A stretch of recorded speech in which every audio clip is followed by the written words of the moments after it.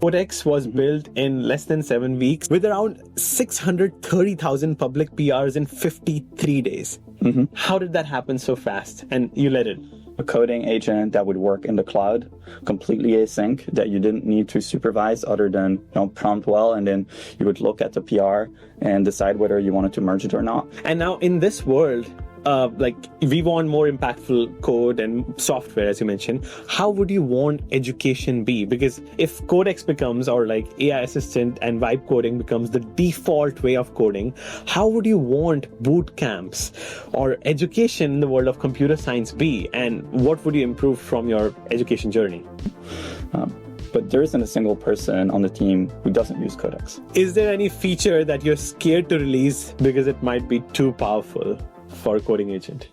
Thank you, Thibault, for having me here at OpenAI. I mean, GPT-5 Codex, the new model release, it is changing lives. I've been using Codex regularly. I still cannot imagine a model like GPT-5 Codex running for more than 7 hours, interacting with different agents and not giving a half-baked solution, but a complete end-to-end product that I can ship to my audience and build the software. It's remarkable.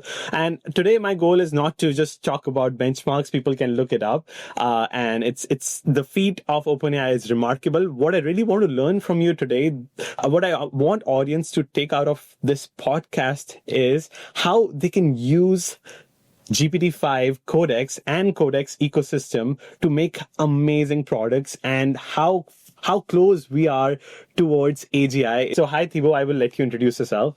Hey, yeah, I'm Tibo. I work on Codex. I'm very happy to be here. It's obviously a momentous week for us. We've seen like a lot of growth with Codex. We're really trying to, listen and provide the tools that will continue to accelerate engineering in the world. I feel like, very incredibly proud of that contribution. And this week was momentous because of the new model. We're very excited about this model. Obviously, we've seen it do things that, we haven't seen other models do in the past. But primarily, it's a jump in code quality. It's a jump in autonomy. The model is able to work through longer refactors more, but also come back at you faster on like the easier queries. If you're like, oh, rename this string, for example, you don't want it to take 5 seconds. You want it to be done like in a couple seconds. 100%. It understands the type of query. I think we call it embeddings. Like it draws the relationship. Like we have so many models going on in OpenAI. Like there is something called as embeddings. It understands which files are important in your code, JavaScript, HTML, and draws relationships and touches only those files. What do you see in a programmer right now? Because everyone out there is using AI now. Yeah, that's right. Yeah, I think if you program, you should use AI, not necessarily to write code or write most of your code. I think it's very important that you optimize for your own understanding still. And so the way that I see junior developers who are entering, they're doing engineering for the first time, they're starting to think really about, the fundamentals of computer science, trying to get, things done. The way that they use it most effectively is by just asking themselves questions and answering those questions with AI. You can use it to navigate the codebase. You can use it to find, where a specific implementation is, understand the trade-offs between different implementations. One of the things that we really pushed on with GPT-5 Codex is that whole understanding of the codebase and being a thought partner that helps you, just break down a problem and also push back sometimes against bad ideas. So I think you'll be quite delighted if you try and propose an idea, not if you don't instruct the model to implement something, but more like, hey, is this a good idea? Should I do this refactor? Like, why not? You might actually be surprised by how interesting the results are. So if a programmer want to be the best programmer with AI, if you had to measure some key metrics, it would be number one, you mentioned like understanding the code base. Number two, using the right prompting. What will be those 3 to 4 metrics you measure? Yeah, how many questions you ask, actually. So do you use the model only to instruct it to make changes in your code base? I don't think that's the best use of AI right now. It is one great use, but one of the best uses is planning your features, helping your own understanding of trade-offs, understanding of like what a good change looks like versus what a bad change looks like. So really furthering your own understanding, and by furthering your own understanding, then you get to use it, also improve how you use it as a tool and get better results. I think it's very important that you continue to understand as a software engineer, what good code looks like, what good architecture looks like. But that makes the senior developers at an advantage. In the industry, we have increase in tenured engineers, people who are already working, and there is a decrease in entry-level engineers because they are using AI but not able to have the kind of knowledge base that you would expect from a senior developer. The friction, even though they can code more, but learning as much as a senior developer like you is still harder for most developers out there. How can they reach that level now? Yeah, I think you might be tempted to think like, oh, senior engineers are, at an incredible advantage here. But those of us who have been, doing programming for 5, 10 years, maybe more, 20 years, we're also stuck in our ways, right? We have our favorite Emacs setup, our favorite Vim setup. We know how to get around, code efficiently. We know how to program efficiently and, express an intent in code. And so people who have that experience don't necessarily try new things. And get stuck in their ways. And so I think there's this incredible advantage if you're new to software engineering and programming to try a lot of new things, and maybe you will find actually more productive ways to learn and to be productive compared to someone who's been programming for a while. 100%. The person who is more curious would learn more. I think measuring the curiosity that someone brings on the table, the more new problems. I think I talked to other people at OpenAI. They mentioned their favorite part of OpenAI is how you guys accept the bottom-up approach and curiosity. And curiosity and the will to build something that is not in the world. That is something new. Yeah, we use Slack a lot at OpenAI, and we have all these custom emojis and reactions, and one of the favorite ones is "I am also curious about this." And so curiosity is I think one of OpenAI's values. Yeah. And speed. I want to talk about speed. Codex was built in less than 7 weeks with around 630,000 public PRs in 53 days. How did that happen so fast? And you led it. I didn't lead Codex at the time. I now lead all of the engineering that works on Codex. And it was a phenomenal 7-week sprint. We had a pretty good idea of what we wanted to build. We wanted to build a version of a coding agent that would work in the cloud, completely async, that you didn't need to supervise other than prompt well, and then you would look at the PR and decide whether you wanted to merge it or not. The one thing that we were really optimizing for is mergeability of the code, so how clean the outcome would be. What we realized after that sprint is that was a bit of an inflexible form factor, and we needed to iterate and bring more of the agentic power directly on your laptop and reuse the setup that is already working for you so that it could be more of a collaborator. But that 7-week sprint was intense. And the reason it worked is because we have some of the best programmers at OpenAI, people who are very talented, but also very passionate and want to, have a big impact on the world. And if you had to summarize those 7 weeks and your takeaways, what would those be? What key metrics that you were measuring in 7 weeks that led to the accomplishment of what we see with Codex now? Yeah, it's a good question. I think small teams of passionate and talented individuals work well, especially when you enable them with AI. One thing that you realize fairly quickly when you try all these tools in Codex is that it enables you to write a lot of code, enables you as an engineer to get a lot more done. It also means that if there are too many people working on the same part of the project, you will be generating more merge conflicts, some bottlenecks will start to appear. This is also why later we decided to invest a lot in code review.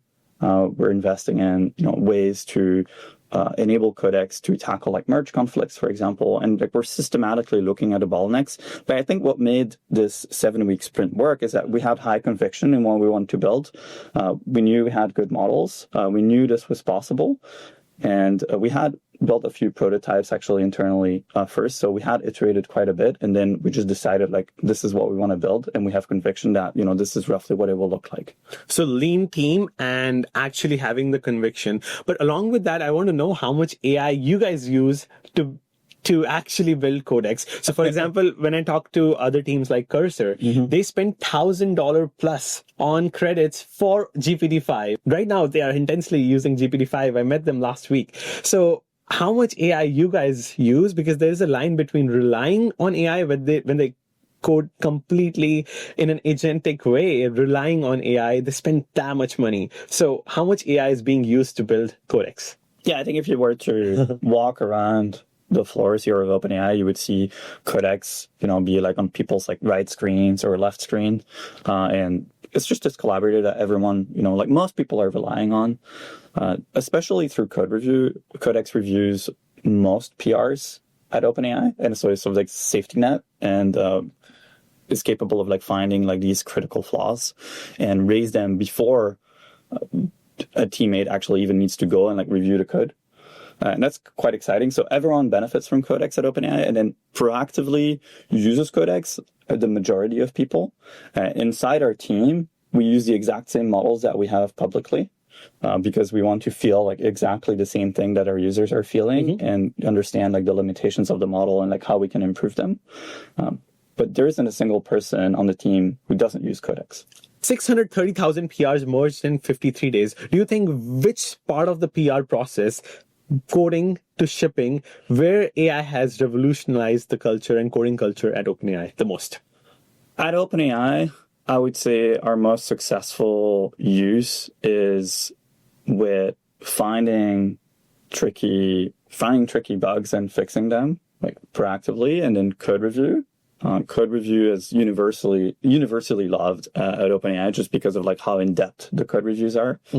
We trained the model specifically to go multiple layers in depth between what you're actually using. If you introduce a new library, you call a new function, you have a certain understanding of the construct of that function.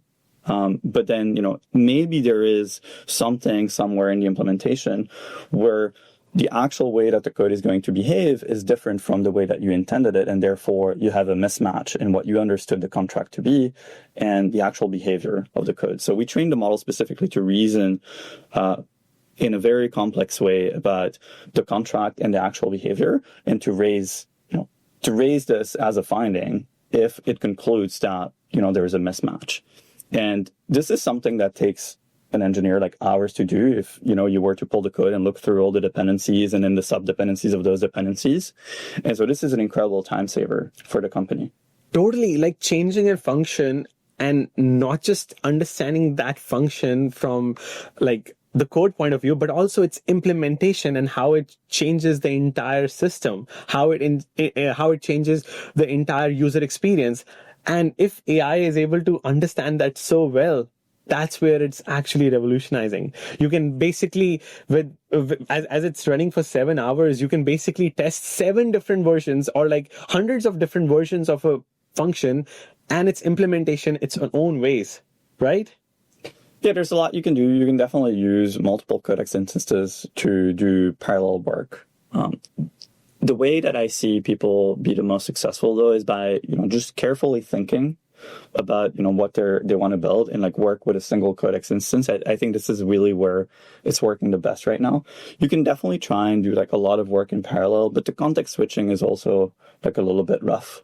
And I think there we're going to need to continue to innovate and understand like how we can get more work done from like more Codex agents working in parallel for you. 100%, because the memory is not consistent across 2 different... Yeah, there isn't yet a good way for all those agents to collaborate, exchange patches, reason through it. And then you have to interact with, 7 different terminals, let's say, or, 7 different panes in your IDE. And that's quite painful to manage. That's not quite the end goal for us.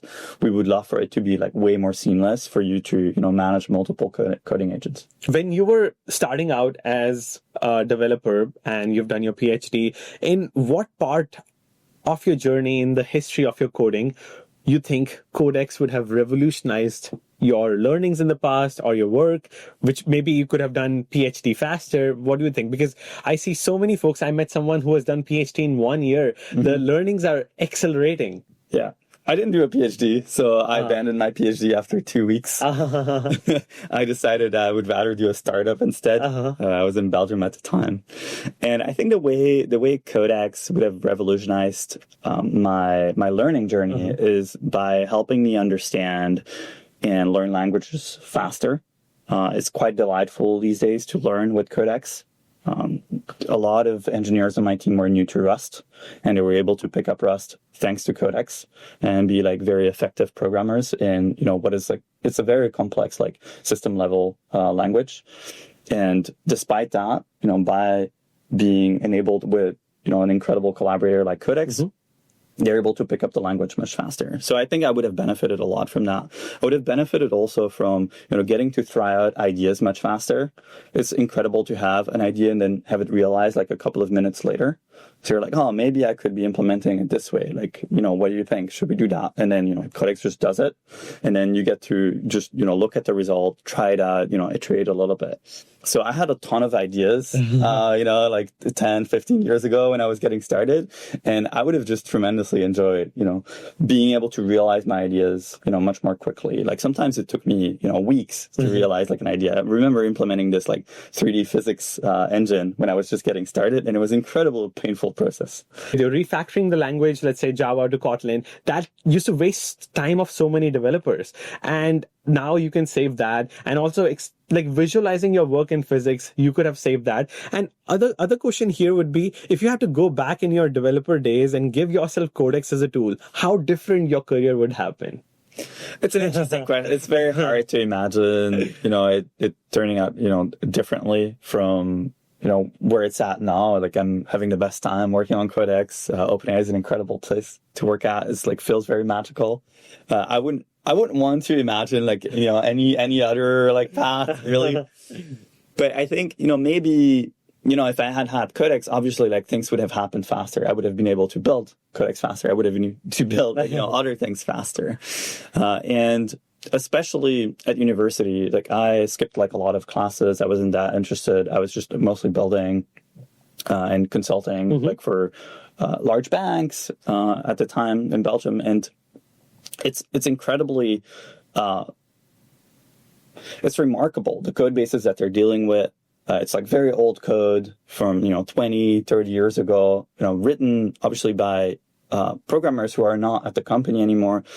A lot of people don't dare touching the code because it works and, any changes would be scary. And so I think like having Codex at that time to help me understand this code base and help me understand like, how to safely make changes, that would have been a superpower. So I would be able to churn through, a lot more work probably at the time working for banks. Yeah, absolutely. So many organizations want to switch from C++ to Rust. Right. And porting code is very hard. It's so hard. No one can imagine it. But now when we have agents running for 7 hours, and this is the worst it's ever going to be, do you think we can maybe run agents for even days? That's the future, right? I think so. Of course. And when that happens, these changes and making them more secure, faster, let's say C++ to Rust would be possible. Yeah, one of the things that's cool that you can do with Codex, it takes a little bit of effort and methodology, but it's very cool when you achieve it. It's like when you're trying to port a program from, say, like C++ to Rust, what you can do is like you can ask Codex to run the program and analyze the inputs, outputs, and output that to a separate file and sort of encode then the actual behavior and the expectations of the program on like, input, output into tests, for example, and then use that information when it's done porting parts of the code to validate that the behavior is actually the same. And you can do that in a completely automated fashion. It requires some stitching today, but it's not crazy to imagine that, in a couple months, a year or so, like all of this would be possible automatically. Yeah, and especially using Agents.md, you would recommend putting the expectations. I've used Agents.md. I put out a plan. This is my code looks like. I run this command to, set up my node server, backend, front end, and it just handles one click or one command. It starts my server. Yeah, there are two things I recommend putting in Agents.md. Like the first one is a bit of an act of compression. So explaining the code base to the agent so that it navigates it more effectively. And then the second thing that I recommend putting in the Agents.md is your own preferences as a user, so that Codex can then try and go towards those preferences so that you actually like the code and the change better. So everything you prefer, every coder has their own preferences in terms of code style, their expectations. They're maybe running on a different port and running on maybe different browser, different color theme. There's so many different UX, UI aspects you can expect from a coding agent. All those expectations should be clear. That's you think is the best way to prompt?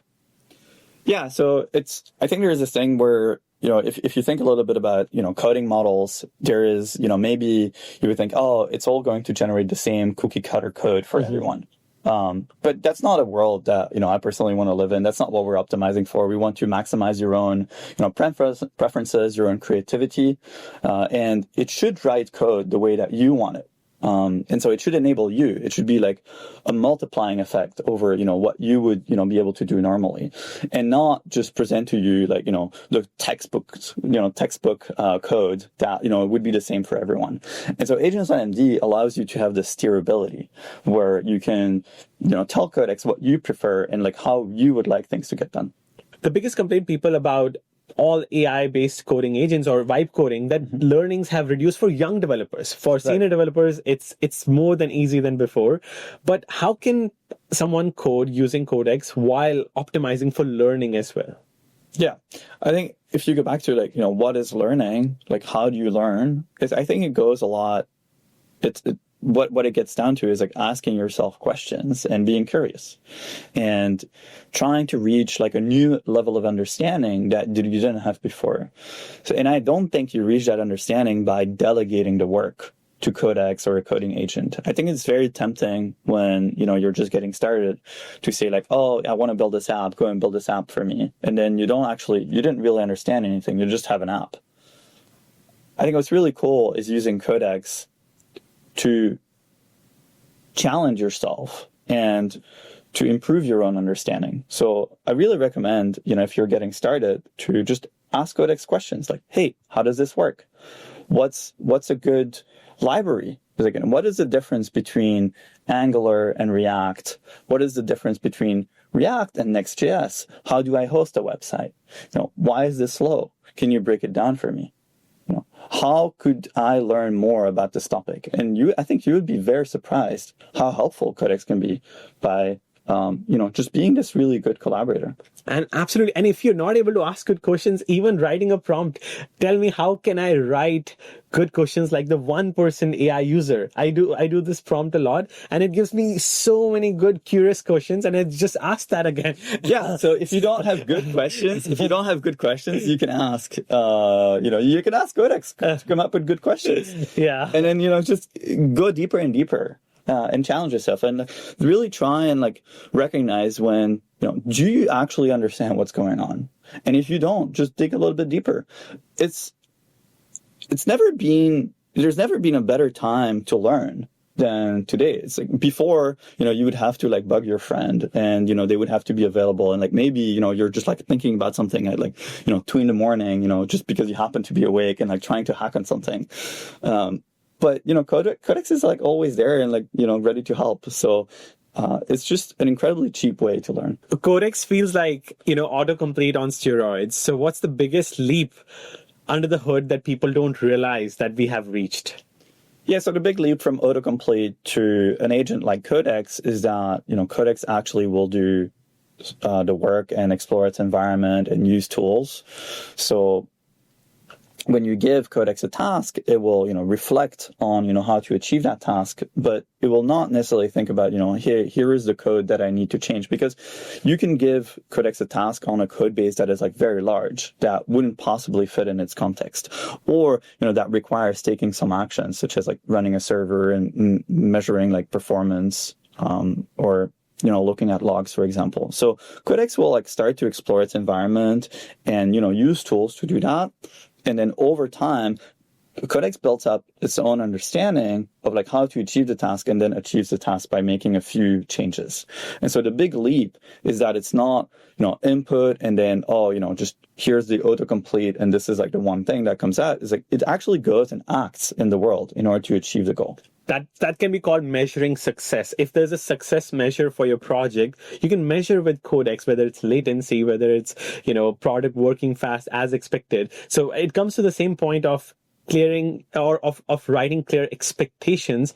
So all the expectations pretty much you can write to the AI assistant, GPT-5 Codex or Codex directly, it fulfills that. So that's a feat that people don't realize and they need to use in this way as much as possible. Yeah, I think the clearer you are on the expectations and what you want to get out, the better. And so if you actually give Codex a way to measure its own success criteria, and you're like, okay, you will be successful once these 3 things are reached, that actually is a great way to prompt coding agents. If developers are able to achieve X, what is that X that will make you feel proud?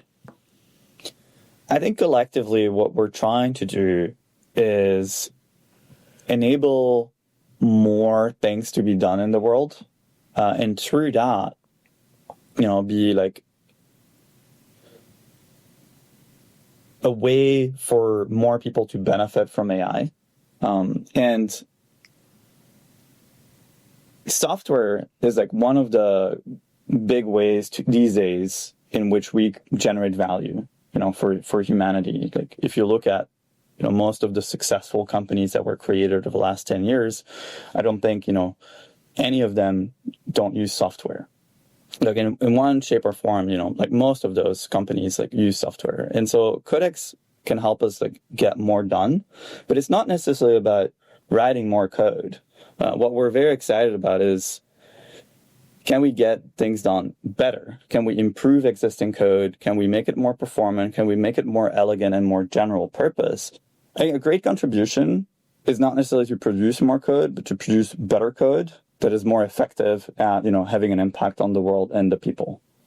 So the biggest proud moment for you as a Codex developer would be that more impactful code is written that helps more people. Yeah, so we're really going after, these very complex tasks that, create great economical value for the world. And this isn't about the volume of code. It's about like writing the right code. It's about finding, where to make, the precise change that will, actually benefit you as a user or like benefit the users of like the application that you're building. Got it. And now in this world, we want more impactful code and software, as you mentioned. How would you want education be? Because if Codex becomes, or like AI assistant and vibe coding becomes the default way of coding, how would you want bootcamps or education in the world of computer science be? And what would you improve from your education journey? In your education journey?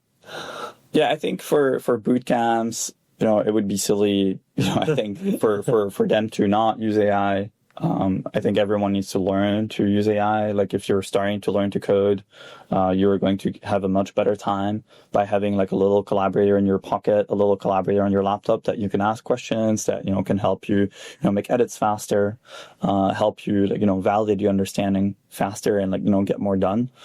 So like, I think boot camps, still have their place. I think they just, need to evolve, of course, like to just use more AI and like use the tools that are getting popular these days.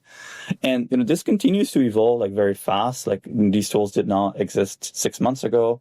We don't necessarily know, what will exist like 6 months from now. But, I think you need to be prepared, like, that it will continue to change. And I think it will continue to, feel like a better and better collaborator over time. What we're trying to do here is we're thinking about Codex as an entity, like a coding agent, and then we're making it available in the surfaces that you use daily. Mm-hmm. So it's available in GitHub, it's available in your terminal, it's available in your IDE, but it should feel like the same thing. And like over time, maybe you'll be able to call it Maybe you'll be able to talk to it, like over like a little video conference. And so I think it's going to expand a lot more, like how you interact with these agents and how you get things done. So you're trying to say that the learnings, boot camps, education, and college experience in computer science world would be similar. And the biggest thing students would have to keep in mind would be critical thinking. I think critical thinking along with coding needs to be evolved the most, right? Yeah. What matters, what I see matter most is critical thinking and then good taste. And good taste is hard to acquire. But if you're trying to build for users out there, let's say you're trying to build an application and you think it hasn't been done before, you want to do it in a novel way, you want to help some segment of like the population, use your app in order to achieve a new thing. And I think there, like good taste is, really what's paramount. And so understanding your users is what's paramount. So just get out there, talk to your prospective users, validate your hypothesis. And, Codex can help you validate your ideas much more quickly and iterate more quickly. So it's all about iteration speed these days, but, good taste, how good your, initial ideas and hypotheses are, but then also how quickly you can iterate on them. And I think taste is very important because people don't realize that yesterday I saw in the international coding competition called Collegiate Competition, right? And Codex solved 10 problems, which are completely new. It got the gold medal. And we had a perfect score actually. So we solved 12 out of 12. 12 out of 12. Yeah. Wow. And they are 12 new problems no one has ever seen. In Math Olympiad, there were 6 problems the world hasn't seen. Completely new crafted problems. Yeah. There's been we haven't, these are incredible feats that models are achieving. And, it continues to evolve, the capabilities continue to improve. It's a very exciting time. Yeah. And so that's why education needs to evolve as soon as possible. You mentioned curiosity, taste, and critical thinking. These are the biggest learnings that have to be in college because of new problems which have never existed before, which researchers and scientists spend months to create. And then hours or minutes to solve by AI agents. It's remarkable. Yeah, we're starting to be, we're starting to have, this problem that, we can solve problems faster than what we can come up problems, right? So it takes us a lot of time to come up with these problems and they're solved almost instantly. So that's an interesting thing. At OpenAI, how do you balance creating code with Codex while making it secure, production ready, and shippable? Yeah, it's obviously super important. We don't just vibe code, everything at OpenAI. What we love to vibe code though is little tools to help us, along the way, helping us build. But what we're running in production is, obviously production grade. And Codex isn't about writing code only. Codex helps us find bugs, helps us refactor, helps us add, and improve test coverage. As I mentioned before, it's doing all of, the code review at OpenAI for most of the PRs. And so it enables us to actually write better code over time, rather than degrade the code quality. So we've seen that Codex, is a strict positive addition when it comes to reaching, production grade quality, in a shorter amount of time. And in this space, creating secure production ready code, what skills are most important? Because recently in Bay Area, there is a new hype called AI engineers instead of software engineers. Anyone who uses AI is an AI engineer. Interesting. And there's a report by Pragmatic Engineer. He laid out that the biggest in-demand skill is AI engineer. Mm-hmm. So there is set of tech stack requirements that people see in an AI engineer. What would those be? Yeah, I'm not sure I'm aware what an AI engineer is, other than someone who leverages AI, to get basically it's a fancy word to say that to get the work done. The way we're building things, we're not trying to completely change, all the tools that you need. It's more like it should feel like a natural addition to your day-to-day. It should feel like a collaborator. That's what we're optimizing for. I think it's quite stressful to have to think like, oh my God, I have to learn, all these new things. But really, like using Codex is just type in Codex in your terminal, and there you go. You can just talk to it. So it should feel incredibly low friction, not necessarily like, oh my God, you need to learn, like, you need to spend like a week, like trying to learn, like, a completely new thing. So I'm not sure what, an AI engineer, is just like the tech stack for the AI engineer. But for us, when we look at, the way people use Codex, like externally and internally here at OpenAI, it looks very similar to what they were doing before. But then now they just have this little collaborator on their laptop, that helps them, just navigate the code base, answer questions, refactor things for them, improve test coverage. So any good software engineer who is curious, open-minded, is basically good fit for your team, you would say? Yeah. You would like to add on, like, what can they achieve? Because like a lot of my audience like look for good jobs, and OpenAI is the dream company for all of them. So I just want to share with them what tech stack they can achieve, what learnings, what are the things they can put in their resume, portfolio. Right. Okay. Interesting. So at OpenAI, we use a lot of Python. Python is sort of like the language that we use. And then on Codex, we also use Rust. Like some parts of OpenAI are also moving towards using Rust for like more of the high performance parts of the code, or like, the most critical pieces of infrastructure that we're building. We're thinking about, how to build it well in Rust. And, if you're interested in those languages, that's a great thing. Codex can help you learn those. And then, we're building more and more, products. And we're continuing to evolve, like, how we can interact with the models. Models are capable of like incredible things, but we also feel like, it's quite limiting these days, like how, we can interact. Like it's just a text box. Often you just type in a thing and then you get some text back. We think like our models are capable of like many more things. This is also why we're building, Codex, like to enable it to act in the world and like supervise it. And, we've thought a lot about sandboxing and security and the safety of it all. But we're continuing to invest there. Like one of the very key things to realize is that as we're building agents, one of the things that's difficult to achieve is the security and the safety of it all. So, thinking and studying like security, it feels like a very, good time to do that. Got it. So Python, Rust, and then security. What else? Yeah. I think, building applications and understanding, what users want. And, we've talked about that taste, but what is the right way to interact with AI? And I think there's going to be a lot of, continued innovation there. So building little prototypes, continuing to like experiment with ways to, interact with agents, I think that's a good way to spend your time. Yeah. Got it. And if they ship in this ecosystem, if they ship in a secure and using the right tech stack, that kind of person will excite you the most. I don't like, we have an incredible talent bar at OpenAI. Like we hire, the best engineers, in their respective domains. Passion is very important. Velocity is very important. Good taste is very important. But, technical excellence, first and foremost.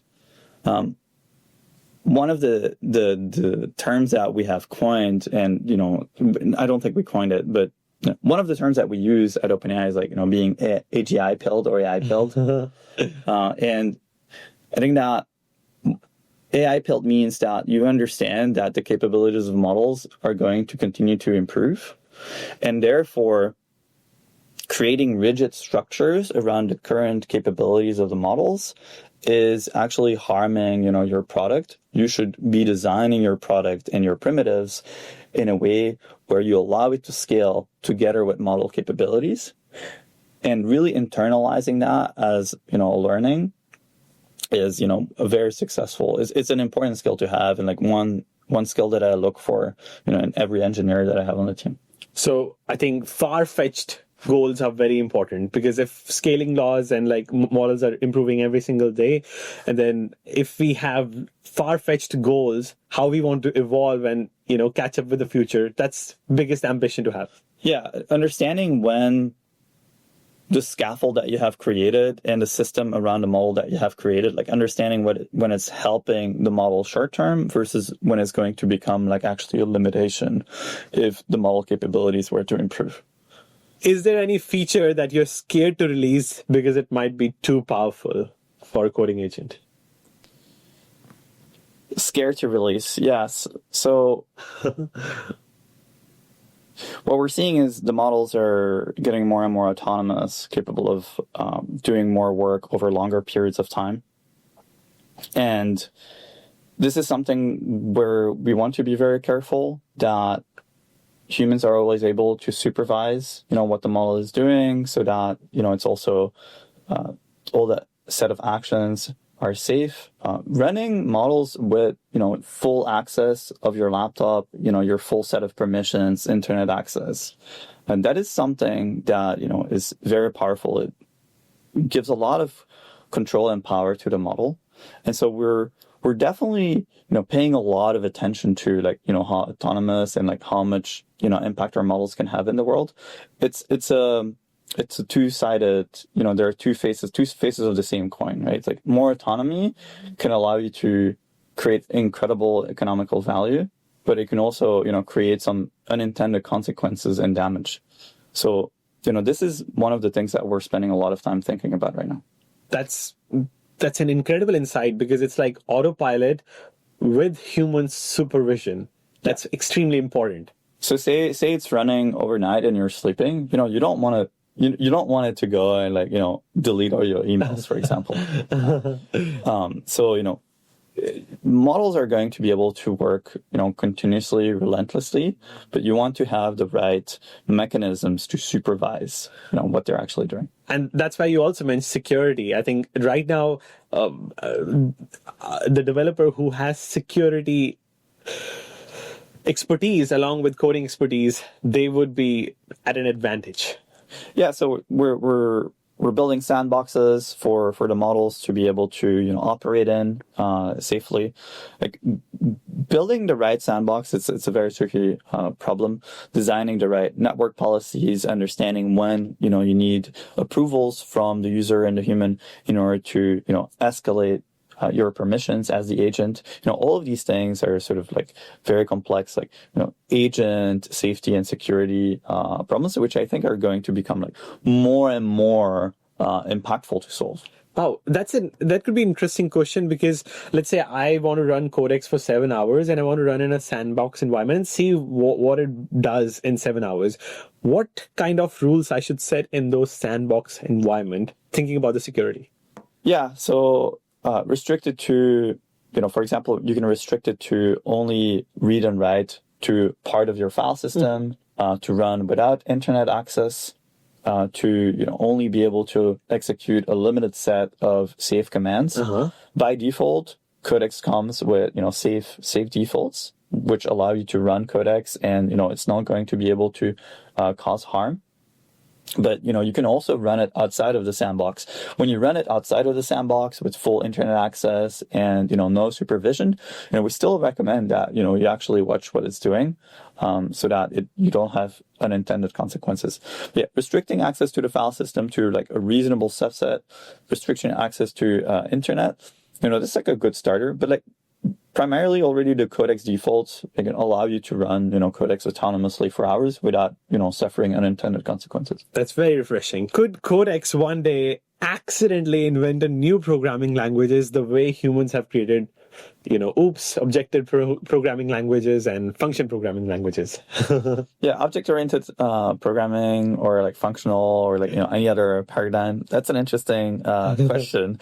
Accidentally, perhaps, if you let it run for long enough, maybe, it would invent a new thing. The question to me is would we even notice? Would you realize that it actually invented a novel thing?